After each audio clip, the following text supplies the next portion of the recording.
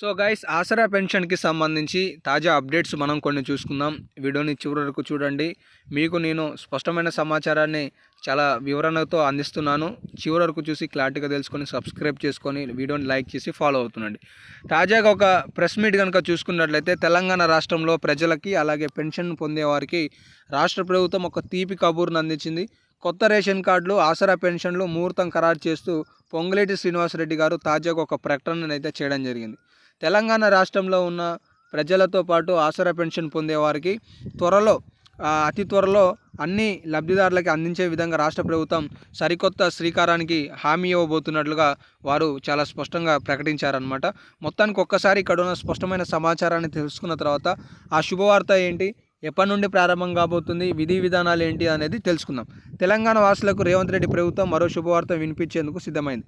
Assembly ఎన్నికల్లో ఇచ్చిన హామీల మేరకు రాష్ట్రంలో కొత్త రేషన్ కార్డుల పంపిణీతో పాటు ఆసరా పెన్షన్లను త్వరలో ఇవ్వనున్నట్లు మంత్రి పొంగులేటి శ్రీనివాసరెడ్డి గారు కీలక ప్రకటనను చేశారు. సో ఇదే శుభవార్త. త్వరలో మనకి ఆసరా పెన్షన్, రేషన్ కార్డులు అందబోతున్నాయి. అవి ఈ రుణమాఫీ అనంతరం ఉండబోతుంది అనేది చాలా స్పష్టమైన సమాచారం. కాబట్టి మీరందరూ అధైర్యపడాల్సిన అవసరం లేదు. త్వరలో మీరందరూ లబ్ధిదారులు ఎవరైతే ఉంటారో వారందరూ కూడా రేషన్ కార్డులతో పాటు 4016 రూపాయల చేయూత పెన్షన్ కూడా అందుకోబోతున్నారు. ఇది తాజాగా ఉన్న లేటెస్ట్ అప్డేట్. ఈ కొత్త జీవో రూల్స్ ఇవన్నీ కూడా ఈ జూలై మాసంలోనే వచ్చే అవకాశాలు ఉన్నాయి. బహుశా జూలై చివరిలో లేదా ఆగస్టు చివరిలో ఈ ఆసరా పెన్షన్ 4016 రూపాయలు మీ అందరికీ అందబోతుంది. ఇంకా ఏమైనా అప్డేట్స్ వస్తే మీకు తెలియజేస్తాను. సో ఇప్పుడు చెప్తున్న మాటలు అయితే ఇవి. కాబట్టి ఇంకా కొత్త అప్డేట్స్ మంత్రుల నుండి కానీ లేదంటే అధికారుల నుండి కానీ అఫీషియల్గా కానీ వస్తుంటాయి.